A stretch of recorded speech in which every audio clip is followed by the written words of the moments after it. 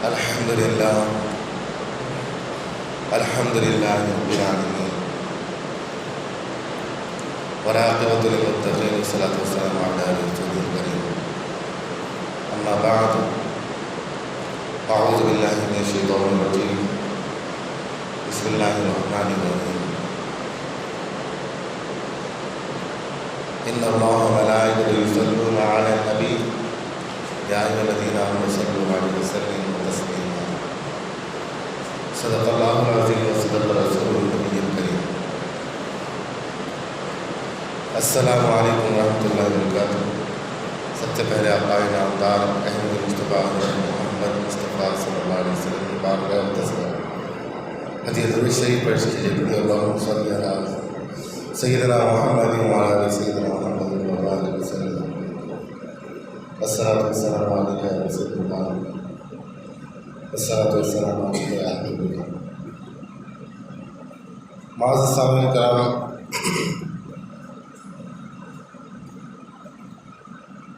جو آج کا میرا موضوع ہے وہ محبت رسول صلی اللہ علیہ وسلم اور آپ پر درود شریف پڑھنے کی فضیلت کے متعلق ہے۔ چونکہ ربیع الاول کی آمد ہے، جس مہینے میں ہمارے پیارے نبی حضرت محمد مصطفیٰ صلی اللہ علیہ وسلم کی تشریف آوری ہے، وہ مہینہ بڑا ہی مبارک مہینہ ہے۔ اس مہینے کے اندر ہمارے پیارے آقا صلی اللہ علیہ وسلم جلوہ گر ہوئے، تو ہمیں چاہیے کہ ہم جو تحفہ، جو عنایت، جو نعمت اللہ رب العزت نے ہمیں عطا کی، اس کا خوب چرچا کریں۔ وَأَمَّا بِنِعْمَتِ رَبِّكَ فَحَدِّثْ۔ اللہ رب العزت کا فرمان عالی شان ہے کہ اللہ رب العزت نے تمہیں جو کچھ دیا ہے اس کا تم ذکر کرو۔ جی، جو نعمتیں تم کو اللہ رب العزت نے دی ہے اس کا چرچا کرو، اس کا ذکر کرو۔ اللہ کا شکر گزاری کرنے کا ایک طریقہ ہے۔ جیسے آپ کو اللہ رب العزت نے صحت دی، آپ اللہ کا شکر ادا کریں۔ اللہ رب العزت نے آپ کو مال و دولت دیا، آپ اللہ رب العزت کا شکر ادا کریں۔ ہر چیز نعمت ہے۔ اللہ رب العزت نے آپ کو علم دیا، آپ اللہ کا شکر ادا کریں۔ وَأَمَّا بِنِعْمَتِ رَبِّكَ فَحَدِّثْ۔ بس تم اللہ تعالیٰ کی نعمتوں کا شکر ادا کرتے رہو، اس کا ذکر کرتے رہو۔ اللہ رب العزت نے مجھے یہ نعمتیں دی، مجھے یہ نعمتیں دی۔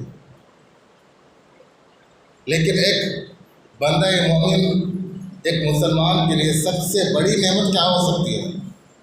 سب سے بڑی نعمت مال و دولت، عزت، ہر وہ چیز، دنیا کی نعمتیں ضرور بڑی نعمتیں ہیں، لیکن تمام نعمتوں سے زیادہ بڑھ کر ایک مسلمان کے لیے اور کیا نعمت ہو سکتی ہے؟ وہ ایمان ہے۔ وہ ایمان کی نعمت ہے۔ وہ ایمان کی نعمت ہم کو کیسے ملی؟ وہ ایمان کی نعمت ہم کو کیسے ملی؟ وہ ایمان کی نعمت ہمیں پیارے آقا صلی اللہ علیہ وسلم کے وسیلے سے ملی۔ تو لہذا دنیا میں اللہ رب العزت نے آپ کو جو دیا اس کا ذکر کرنا ضروری ہے، لیکن جس نعمت کی وجہ سے آپ جنتی ہو جائیں گے اور دوزخ سے چھٹکارا مل جائے گا، اس نعمت کا شکر ادا کرنا ہم پر فرض ہے۔ اور وہ سب سے بڑی نعمت پیارے نبی صلی اللہ علیہ وسلم کی جلوہ گری ہے۔ اگر آپ نہ ہوتے تو ہمارا کیا حال ہوتا؟ خانہ کعبہ جو آج لوگ طواف کر رہے ہیں، سنگ اسود کا بوسہ دے رہے ہیں، صفا مروہ پر دوڑ رہے ہیں، مقام ابراہیم پر ٹھہر کر دوپہر نماز پڑھ رہے ہیں، آج اس کی جو رونق ہے پیارے نبی صلی اللہ علیہ وسلم کی جلوہ گری کی وجہ سے رونق۔ کیوں؟ پیارے نبی صلی اللہ علیہ وسلم کی جلوہ گری سے پہلے خانہ کعبہ کے اندر 360 بت موجود تھے۔ پیارے نبی صلی اللہ علیہ وسلم نے ہمیں معرفت الہی عطا فرمائی، اللہ کی پہچان بتائی۔ برادران ملت، پیارے نبی صلی اللہ علیہ وسلم ایک مرتبہ ایک گھوڑا خریدتے ہیں، گھوڑا انہیں پسند آتا ہے تو چنانچہ ساتھ پیسے نہیں رکھتے، جس سے خریدا گیا ہے اس سے بات چیت ہو گئی۔ پیارے نبی صلی اللہ علیہ وسلم نے ارشاد فرمایا کہ میں گھر جا کر پیسے لاتا ہوں یا بھیجتا ہوں اور یہ گھوڑا میں خرید لیتا ہوں۔ بات چیت تو ہوگی، صرف پیسے دینا باقی ہے۔ آپ گئے، واپس آئے تک جس کا گھوڑا تھا اس نے زیادہ پیسے میں کسی اور کو بھیج دیا۔ وہ ڈیل بھی سامنے ہو رہی۔ پیارے نبی صلی اللہ علیہ وسلم نے ارشاد فرمایا یہ گھوڑا تم نے مجھے فروخت کر دیا تھا، مجھ سے وعدہ لیا تھا، لہذا یہ تم کسی اور کو نہیں بھیج سکتے۔ کہا اس پر گواہ لے کر آئیے، اس پر وٹنس ہونا۔ اس وقت کوئی موجود نہیں تھا، آپس میں خرید و فروخت کے وقت ایک صحابی رسول نے جب دیکھا مجمع لگا ہے اور بات بڑی لمبی ہو گئی، وہ صحابی رسول تشریف لاتے ہیں، ان کا نام مجھے یاد نہیں آ رہا، لیکن وہ صحابی رسول آتے اور کہتے یا رسول اللہ صلی اللہ علیہ وسلم میں اس بات کی گواہی دیتا ہوں کہ گھوڑا آپ نے خریدا ہے۔ جب گواہ موجود ہو گیا پھر وہ بیچنے والا پیارے نبی صلی اللہ علیہ وسلم کو گھوڑا دے دیا۔ اس کے بعد پیارے نبی صلی اللہ علیہ وسلم صحابی رسول سے ملاقات کرتے ہیں اور کہتے ہیں جب خرید و فروخت کا وقت تھا تو تم موجود نہیں تھے، تم نے کیسے کہہ دیا کہ میں گواہی دیتا ہوں کہ آپ نے گھوڑا خریدا ہے؟ تو صحابی رسول فرماتے یا رسول اللہ صلی اللہ علیہ وسلم آپ کے کہنے سے ہم نے کہہ دیا کہ رب ہے، ہم نے مان لیا، آپ نے کہا رب ہے، ہم نے کہا رب ہے، آپ نے کہا جنت ہے، ہم نے کہا جنت ہے، آپ نے کہا دوزخ ہے، ہم نے کہا دوزخ ہے۔ جو ہمارے بالکل غائب جو چیز ہے آپ نے جو کہتے گئے ہم مانتے گئے۔ یہ گھوڑا کیا چیز ہے، یہ گھوڑے کی کیا حقیقت ہے؟ ہم تو رب کی گواہی دیتے ہیں آپ کے بتانے سے۔ یہ عشق و محبت صحابہ کرام رضوان اللہ تعالیٰ علیہ اجمعین کا تھا۔ در حقیقت جو ہمارا ایمان ہے پیارے نبی صلی اللہ علیہ وسلم کے علم غیب پہ ڈیپینڈ ہے۔ اگر ہم جو ہے یہ کہہ دیں کہ پیارے نبی صلی اللہ علیہ وسلم کو علم غیب نہیں ہے تو ہمارا ایمان ناقص ہونے کا اندیشہ ہے، کیونکہ حضور صلی اللہ علیہ وسلم نے علم غیب کے متعلق جو باتیں بتائیں تا قیامت تک، دنیا شروع ہونے سے لے کے قیامت تک جو باتیں بتائی اس کو ہمیں آمنا صدقہ کہنا ہے، ہمیں اسے ماننا ہے۔ جیسے وہ صحابی رسول نے کہا کہ میں مانتا ہوں آپ نے گھوڑا خریدا ہے، تو لہذا محبت میں چوں و چرا نہیں ہوتا، کیسے کیوں کب کتنے یہ باتیں نہیں ہوتی۔ جب محبت کرتا ہے تو اس کے اندر عیب تلاش نہیں کرتا، تو لہذا محمد عربی صلی اللہ علیہ وسلم سے سچی محبت کیجیے اور ان پر کثرت سے درود و سلام کے گجرے بچھاور کیجیے۔ پیارے نبی صلی اللہ علیہ وسلم نے حضرت عمر رضی اللہ تعالیٰ عنہ سے پوچھا تم مجھ سے کتنی محبت کرتے ہو؟ فرمایا یا رسول اللہ صلی اللہ علیہ وسلم میں اپنے ماں باپ سے زیادہ آپ سے محبت کرتا ہوں، اپنے بچوں سے زیادہ محبت کرتا ہوں، لیکن اپنی جان سے زیادہ محبت نہیں کرتا ہوں۔ سیدھی بات کر دی، کوئی بناؤ سنگار نہیں، کسی بات میں مبالغہ نہیں، جو دل میں ہے وہ بات کو سامنے رکھ دیا۔ یا نبی صلی اللہ علیہ وسلم نے ارشاد فرمایا ابھی تمہارا ایمان کامل نہیں ہوا۔ فرمایا رسول اللہ صلی اللہ علیہ وسلم اب میں اپنی جان سے بھی زیادہ آپ سے محبت کرتا ہوں، اپنی جان سے بھی زیادہ آپ سے محبت کرتا ہوں۔ تب پیارے نبی صلی اللہ علیہ وسلم نے ارشاد فرمایا اب تمہارا ایمان کامل ہوا۔ تو ایمان کامل ہونے کی بھی کسوٹی یہ ہے کہ اپنے ماں باپ قربان کر دیں، اپنے اولاد قربان کر دیں، اپنے مال و دولت کو قربان کر دیں، اپنی جان کو بھی قربان کر دیں۔ صحابہ کرام رضی اللہ تعالیٰ علیہم اجمعین جب کبھی پیارے نبی صلی اللہ علیہ وسلم سے مخاطب ہوتے، کچھ بتانا، کچھ پوچھنا چاہتے ہیں، فدا کا ابی و امی یا رسول اللہ صلی اللہ علیہ وسلم فرماتے یا رسول اللہ صلی اللہ علیہ وسلم آپ پر میرے ماں باپ قربان۔ یہ طرز عمل صحابہ کرام رضی اللہ تعالیٰ علیہ اجمعین کا تھا، اس قدر محبت فرمایا کرتے تھے۔ برادران ملت، ہمیں چاہیے کہ ہم پیارے نبی صلی اللہ علیہ وسلم سے عقیدت و محبت کریں۔ بخاری شریف کی حدیث ہے، پیارے نبی صلی اللہ علیہ وسلم کا فرمان عالی شان ہے، لا یؤمن احدکم حتی اکون احب الیہ من والدہ و ولدہ والناس اجمعین۔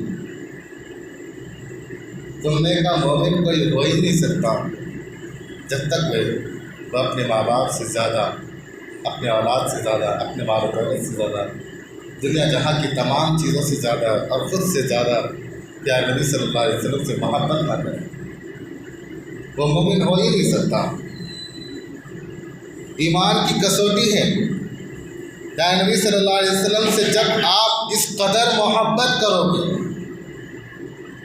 تو آپ کا عمل بھی رنگ دکھائے گا، آپ کے عمل پر اس کا اثر پڑے گا کہ جو جس سے محبت کرتا ہے اس کے طریقے پر چلنے کی کوشش کرتا ہے۔ یہ دنیا کا طرز عمل ہے، جو ہیرو، جو سیلیبریٹی سے محبت کرتا ہے اس جیسے بال کٹاتا ہے، اس جیسے کپڑے پہنتا ہے، اس جیسے کام کرتا ہے، اس جیسے حرکات کرتا ہے، اس جیسا چلنے کی کوشش کرتا ہے، اس جیسا ڈائلیکٹ کرتا ہے۔ لہذا ہمیں اپنے پیارے نبی صلی اللہ علیہ وسلم سے اس قدر محبت ہونی چاہیے کہ اپنے ماں باپ ان پر قربان کرے، اپنی اولاد ان پر قربان کرے، اپنی جان کو بھی قربان کرے، اپنے مال و دولت کو بھی قربان کرے۔ جب اس قدر محبت ہوگی تو پھر عمل رنگ لائے گا۔ پھر آپ کہیں گے کہ جس سے میں اتنی محبت کرتا ہوں تو پیارے نبی صلی اللہ علیہ وسلم کی ادائیں کیسی تھیں، آپ کا چہرے وضحا کیسا تھا، آپ کے چہرے اقدس پر داڑھی تھی، آپ بھی اپنے چہرے پر داڑھی سجاؤ گے۔ پیارے نبی صلی اللہ علیہ وسلم کو کیا چیز سب سے زیادہ محبوب تھی؟ جب پوچھیں گے تو نماز، جو پیارے نبی صلی اللہ علیہ وسلم کی آنکھوں کی ٹھنڈک تھی تو آپ نماز پڑھو گے۔ پیارے نبی صلی اللہ علیہ وسلم کو سب سے زیادہ محبوب کیا چیز تھی؟ صدقہ، خیرات، آپ بھی وہ کام کرو گے۔ تو لہذا ایمان اصل کسوٹی ہے۔ اگر ایمان کے اندر، اگر عمل کے اندر آپ اخلاص پیدا کرنا چاہتے ہیں تو ٹوٹ کر پیارے نبی صلی اللہ علیہ وسلم سے محبت کریں تو آپ کے عمل کے اندر اخلاص بھی آ جائے گا اور آپ کے اندر تقویٰ بھی آ جائے گا۔ آپ عمل کر رہے ہیں لیکن جس کے نقش قدم پر چل رہے ہیں اس سے آپ کو محبت نہیں ہے تو آپ جان پر آ کر اس پر عمل کریں گے، آپ دل سے اس پر عمل نہیں کریں گے، بس کرنا ہے۔ لیکن جب آپ کو پتہ چل جائے گا کہ نماز کا جو طریقہ ہے یہ ہمارے پیارے نبی صلی اللہ علیہ وسلم کے اسوہ حسنہ ہے، آپ کا طریقہ ہے، آپ ایسے ایسے نماز پڑھتے ہیں، تو آپ سوچیں گے کہ یہ جو نماز کا طریقہ ہے پیارے نبی صلی اللہ علیہ وسلم کا طریقہ، ایسے رکوع کرتے تھے آپ بھی رکوع کریں گے، وہی محبت کے ساتھ رکوع کریں گے، ایسے سجدہ کیا کرتے تھے آپ بھی سجدہ کریں گے، ایسے قیام کیا کرتے تھے آپ بھی قیام کریں گے، ایسے دعائیں مانگا کرتے تھے آپ بھی دعائیں مانگیں گے۔ قرآن کریم میں اللہ رب العزت نے ارشاد فرمایا ہے، قُلْ إِن كُنتُمْ تُحِبُّونَ اللَّهَ فَاتَّبِعُونِی، اے محبوب صلی اللہ علیہ وسلم آپ فرما دیجیے اگر تم اللہ کے محبوب بننا چاہتے ہو فاتبعونی، تم میری اطاعت کرو، یحببکم اللہ، اللہ تم سے محبت فرمائے گا۔ کفار مشرکین اس بات کا دعویٰ کرتے تھے کہ ہم اللہ سے محبت کرتے ہیں اور اللہ کی اولاد ہیں، ہم اللہ سے بے انتہا محبت کرتے ہیں، لیکن پیارے نبی صلی اللہ علیہ وسلم سے بغض کرتے تھے، رسالت آپ صلی اللہ علیہ وسلم کو مانتے نہیں تھے۔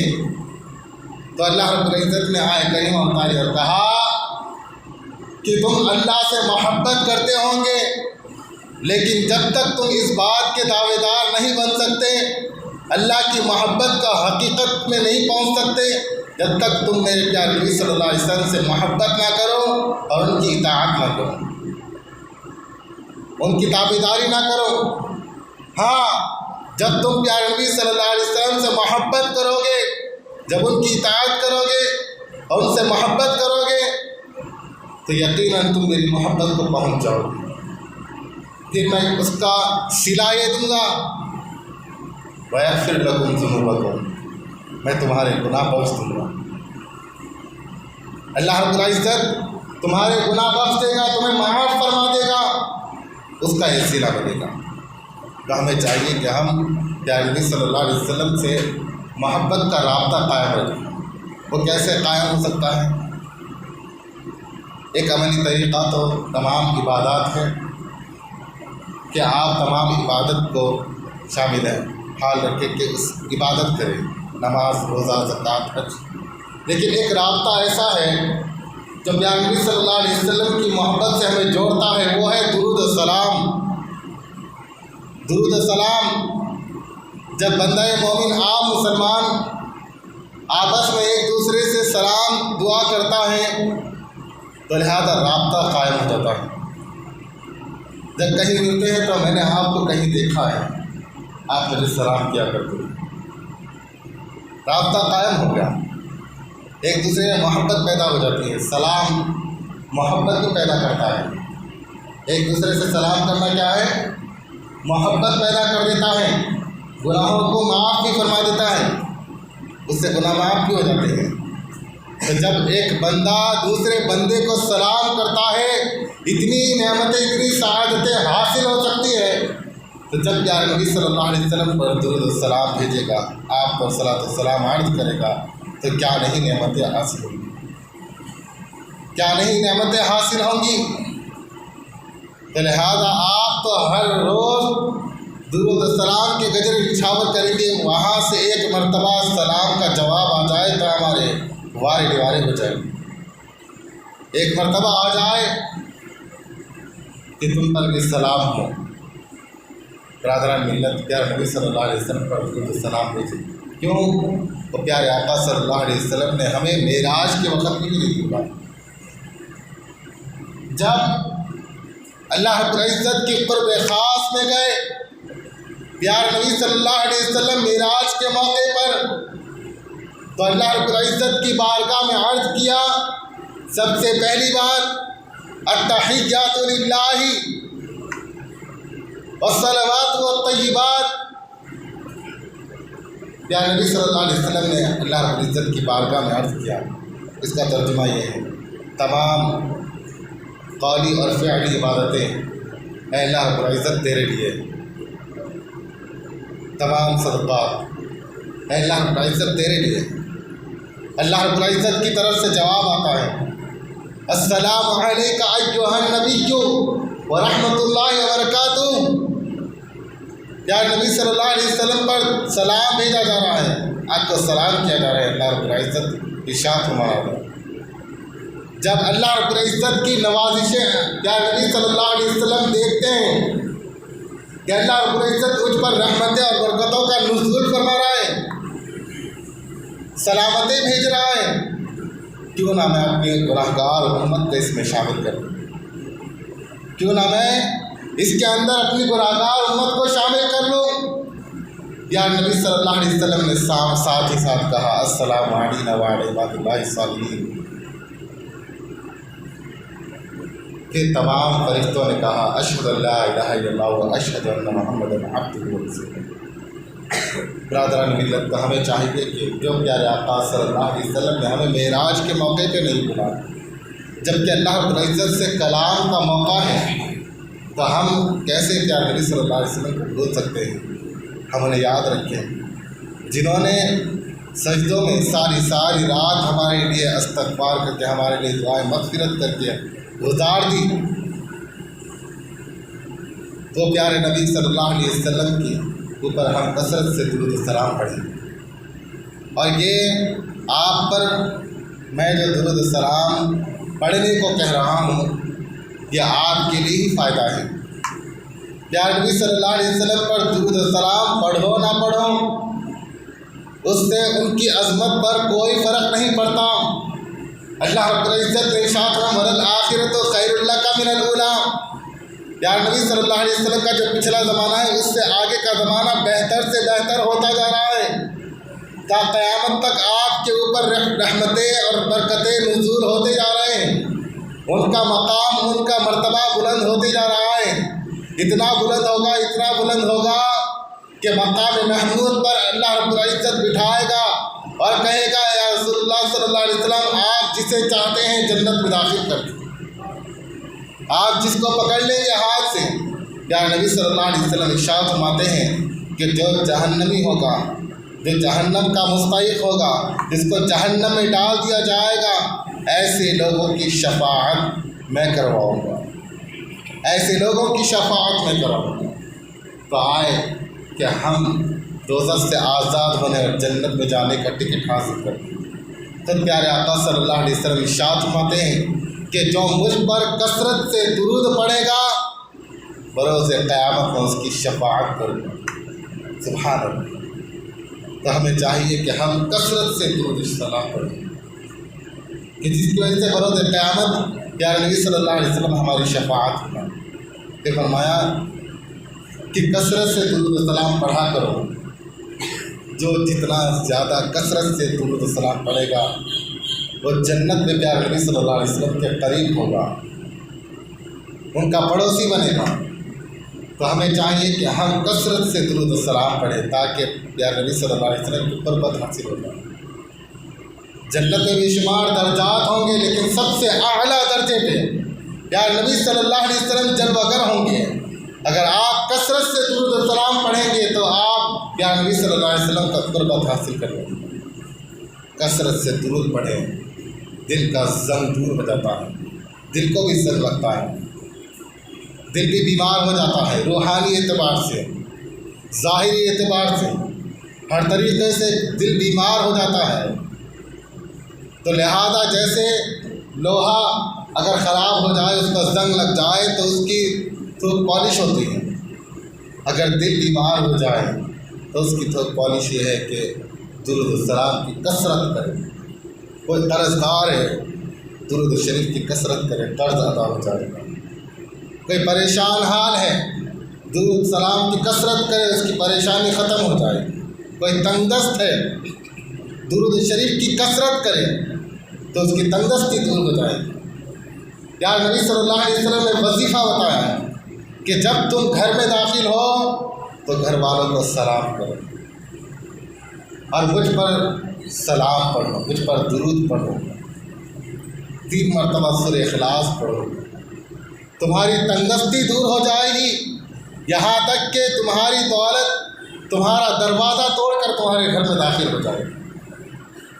اور اس کا اثر یہ ہوگا، صحابہ کرام خود فرماتے ہیں کہ ہم بھی مالدار ہو گئے تھے، ہمارا پڑوسی بھی مالدار ہو گئے۔ تو لہٰذا جب گھر میں جائے تو سلام خانہ کو، گھر والوں کو سلام کرے، درود سلام پڑھے اور اس کے بعد 3 مرتبہ سورہ اخلاص پڑھے، آپ کے رزق میں برکت عطا ہو جائے۔ تو برادران ملت درود شریف پڑھیں، پیارے نبی صلی اللہ علیہ وسلم پر درود شریف پڑھنا اللہ رب العزت آپ پر 10 رحمتیں نازل فرماتا ہے، ایک درود کا سرا۔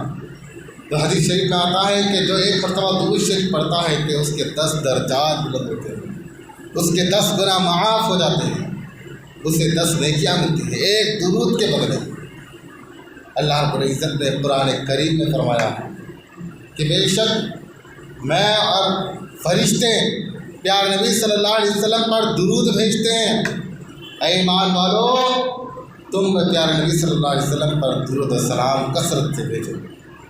قرآن میں اللہ رب العزت نے حکم دیا ہے زندگی میں ایک مرتبہ پیارے نبی صلی اللہ علیہ وسلم پر درود پڑھنا فرض ہے، اور جب وقت آ جائے پیارے نبی صلی اللہ علیہ وسلم کا زبان پہ نام آ جائے تو جب پڑھنا ہمارے لیے واجب ہے۔ اگر کوئی ایسا نہیں کرے گا تو چنانچہ فرمایا گیا ایسے شخص کی بخشش نہیں ہوگی۔ تو چنانچہ ایسا شخص بڑا بخیل ہے جس کے سامنے پیارے نبی صلی اللہ علیہ وسلم کا نام نہ آ جائے، سب سے بڑا بخیل۔ ایک تو مال دولت لوگوں میں تقسیم نہیں کرتا، یہ ایک بخالت ہوتی ہے، لیکن ایک بخالت ایسی ہے کہ سب سے بڑا بخیل ہے۔ وہ سب سے بڑا بخیل کون ہے؟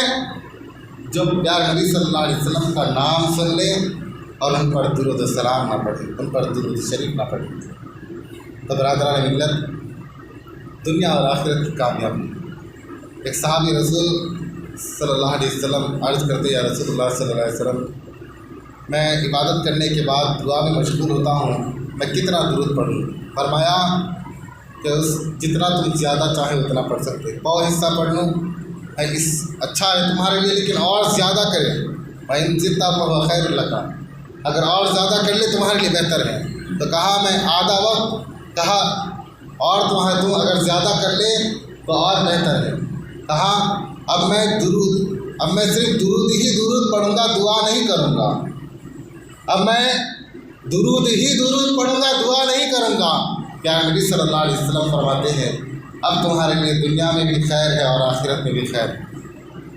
تو لہذا اگر کوئی نماز پڑھ لے اور اس کے بعد صرف درود شریف ہی پڑھ لے تو آپ کی دلی مرادیں اللہ رب العزت کو عطا فرمائے۔ وآخر دعوانا الحمدللہ۔